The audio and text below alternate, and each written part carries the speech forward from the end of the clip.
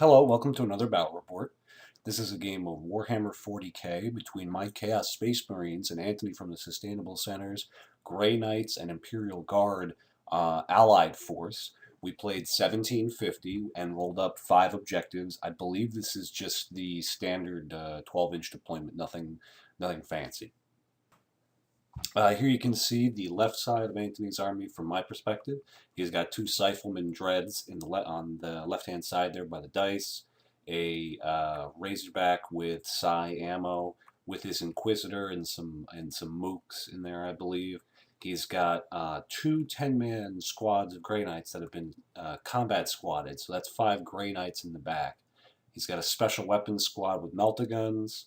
Then he's got a blob of 20 Imperial Guard with, I think melta-guns.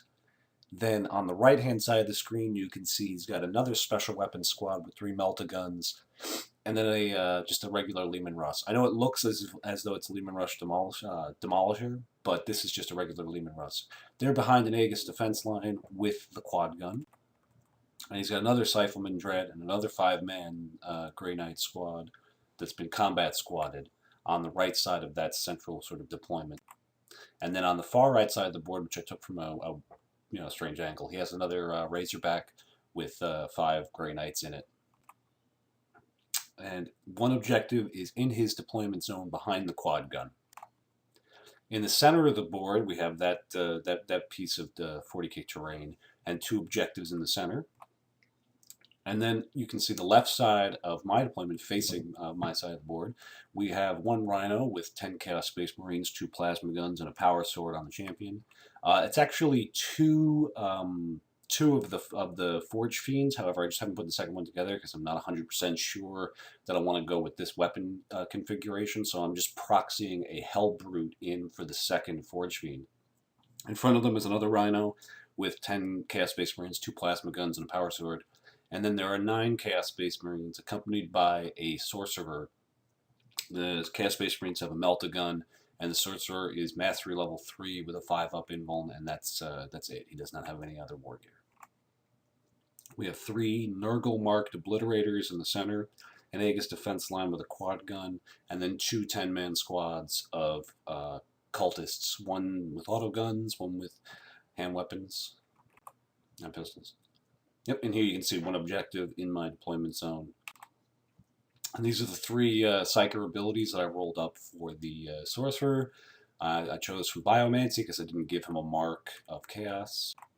And on the Warlord traits table, I rolled up Flames of Spite, which is kind of trash, but whatever. For Anthony's Warlord trait, he rolled up Mastery Defense, which I believe is counterattack in his deployment zone, which is another whatever for this particular mission. Anthony had deployed first, and I deployed in response to him. We did not seize the initiative. In the beginning, Anthony reveals 1 objective in the woods there, and I believe that is the charges made against them are like you have the charge distance or something. And then in mine, it's I can't remember what this is. This is Anthony, sorry. I can't remember what this was, but this didn't have a huge effect on the game. And mine was sabotaged, so it's going to blow up with the large pie plate. I don't actually think it causes many casualties. I think I just roll very lucky for saves, and then afterwards spread out away from it until the end of the game. So this is what the board looks like at the beginning of Anthony's first turn. He just advances over the line to try to secure those objectives in the center. You can see everyone's just sort of lining up to take shots and not really moving if they don't have to. With his first shooting, he pops 1 of my Rhinos. However, the guys are fearless, so I believe they take I take a few casualties, and it's like that. That's not really the optimum way for me to put them down on the table, but I think that might have been like blown up by the Lehman Russ, so I wasn't really worried about getting blown up, having a pie plate kill all of those guys anymore. And then with the rest of the shooting, he pops the second one. So this is sort of what the board looks like at the end of Anthony's shooting. And this is, this is what things look like. Going into Chaos Space Marine turn 1. Everyone advances, surprise, surprise. The Obliterators just are going to march right up the center there and plug that up. I do have a decent cover save, and I'll probably just go to ground with the cultists if they get threatened. And Anthony's not running a very assault-heavy army, so I'll just probably leave them behind to hold that objective and work on either contesting or controlling the center objectives along with that right-hand side one. So here's what it looks like post-move. And then we have to work on our craters for bullet-destroyed vehicles because nothing wants to stand up on top of them. They just keep sliding down. Anyway, the Forge Fiends open up with their Demon Reroll rule and take out one of the Cypherman Dreads on the right-hand side and put 2 hull points, stunned and immobilized this Razorback. Now, stunned and shaken doesn't really matter to Grey Knight's vehicles because they'll just shrug it off, but that's what happened there. And then the 3 Obliterators fire on the Leman Russ and stun it, which actually is very nice because that thing's a big threat to my Marines on foot. I think the other Forge Fiend opens up on the Cypherman in the lower left-hand side of this picture and manages to put a stun and a hull point on it. However, again, Grey Knight vehicles have Fortitude, which allows them to make a psychic check, so they have like a 5/6 chance to ignore shaken and stun, which is pretty good. So I want to say that this is the beginning of Grey Knights and Imperial Guard turn 2. Anthony advances even further, revealing that objective in the center, which is the anti-charge distance one, I'm pretty sure. And he pops his smoke launcher on the Razorback on the far left-hand side. And here you can see from another perspective, the Grey Knights had moved to take cover behind the wrecked Cypherman Dread. The special weapon teams advance, and the other Dreadnought passes its Fortitude check and climbs that hill to get good line of sight. So I believe that dice on top of my Rhino is to show that it was wrecked between the combination of shooting from various sources. And he does a whole point of damage to the Forge Fiend. He first rank fires, second rank fires that full 20-man blob into the Nurgle Obliterators, and kind of predictably for something that's toughness 5 with a 2-up armor save, all those shots, so 60 shots from 20 dudes, causes a single unsaved wound. Yeah, so here you go. That's that. So, beginning of Chaos Space Marines turn 2, the Helldrake rolls to come on. I should mention that Anthony has a Vendetta in his list as well that did not come on last turn. He did not roll high enough. So right now I've got kind of I've got the only flyer on the board. The Nurgle Obliterators advance. The Forge Fiend advances. I believe the Hellbrute immobilizes itself or something. I can't really remember exactly what happened. That I'll just call it the Hellbrute, but it is a Forge Fiend. It's just being proxied, and all the Chaos Marines are just kind of pushing up the right-hand side. So yeah, here you can see the left-hand side of the board. Now that the Obliterators have sort of packed their way in the center there to threaten the blob. And here you can see, I think this is just another shot to illustrate the total board position going into the shooting phase. In the beginning of Chaos Space Marine shooting phase, I fired the twin-length flamers from the Obliterators on the blob of Guardsmen and kill, like, out of the 20, probably kill, like, 16.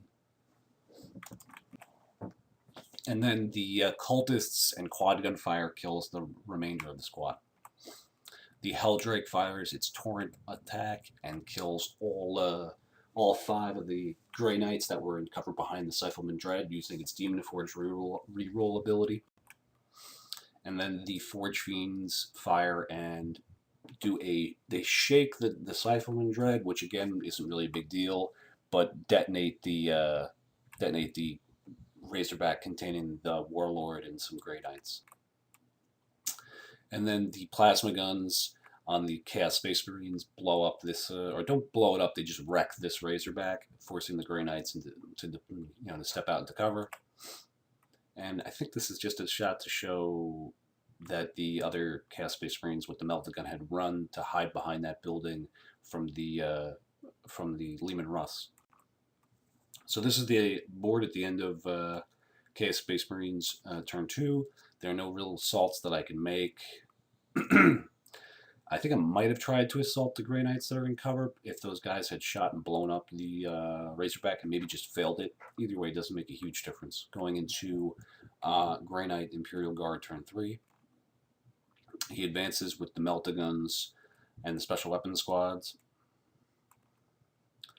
And here you can see the Melta-Gun Special Weapons Squad moving up to threaten the Helldrake. The Leman Russ also slides a little over so that it can take shots at the Chaos Space Marines. The Grey Knights remain in cover.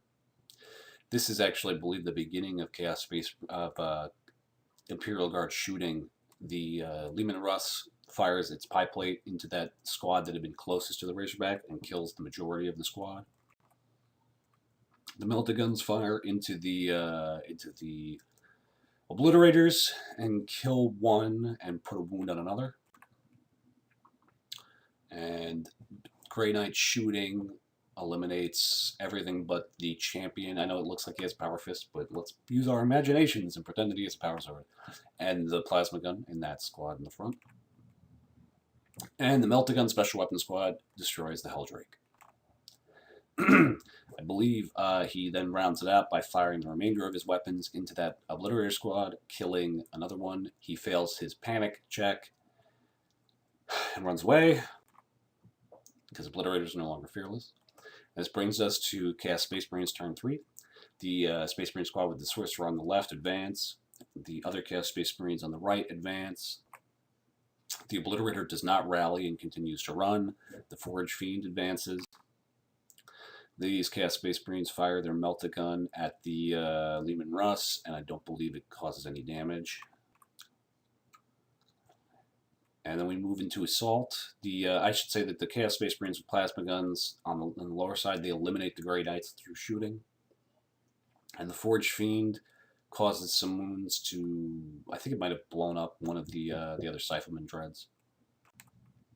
So we go to Assault, and the Grey Knights, led by the Sorcerer, successfully assault the Leman Russ, and with crack grenades, they destroy it. So at the top of turn 4, Anthony decides to concede. I don't want to say that it was really premature. Our goal with this game of 40K was to play quickly to 3 turns to see if we could determine a winner. He has a special weapon squad, or I think 2 special weapon squads maybe left.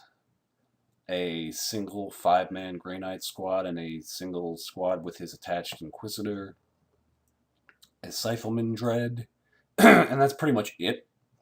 2 Cypherman Dreads. No, just 1. Sorry, I'm trying to piece together. So with that, I mean, maybe he could play for a draw. He has First Blood. I have Linebreaker. I'll probably get Slay the Warlord by the end of the game, just being able to keep shooting.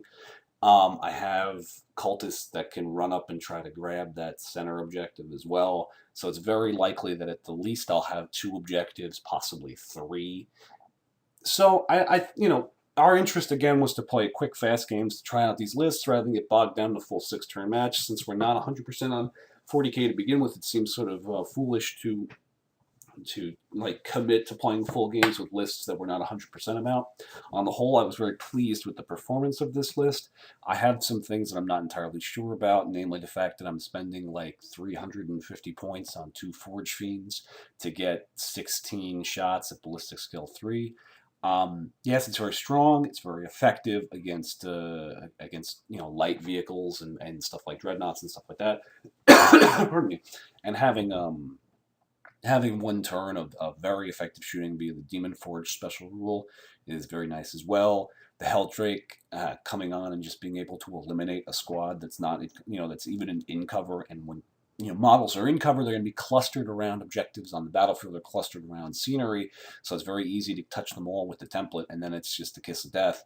So I was reasonably pleased with the performance of this list. I think it can be improved further. MVPs, hard to say.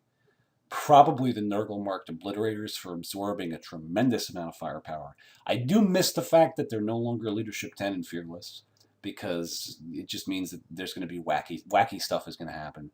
Leadership is so much of a non-issue in 40K that when stuff does affect your leadership, it's actually, it tends to be game-changing. I mean, I don't want to get into ranting about 40k, but anyway, so this was a victory for Chaos Space Marines, as we decided at the top of turn 4. I hope you guys enjoyed the battle report. Last weekend I went to a Warhammer Fantasy tournament at Mighty Titans Hobbies and Games. I'm going to be putting up a 3-game summary of that, and I hope you guys enjoyed this, and I'm going to hopefully have more videos for you later this week. So thanks for watching, and have a good one.